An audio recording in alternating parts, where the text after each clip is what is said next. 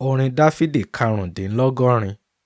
A fi ìyìn fún ọ, Ọlọ́run, a yìn ọ́, nítorí orúkọ rẹ súnmọ́ tòsí. Àwọn ènìyàn ń sọ ti ìyanu rẹ. Ìwọ wí pé, mo yan àkókò ìyàsọ́tọ̀. Èmi ni ẹni tí ń ṣe ìdájọ́ òdodo. Nígbà tí ayé àti àwọn ènìyàn ibẹ̀ wárìrì, èmi ni mo di òpó rẹ̀ mú ṣinṣin.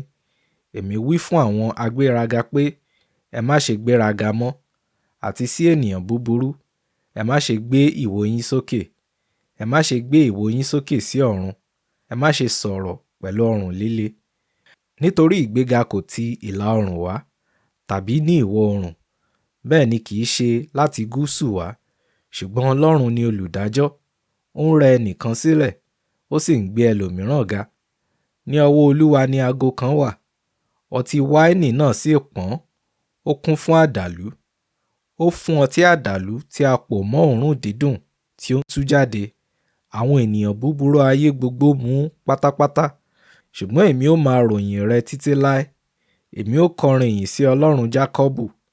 Èmi ó gé ìwo gbogbo ènìyàn búburú, ṣùgbọ́n ìwo àwọn olódodo ni a ó gbéga.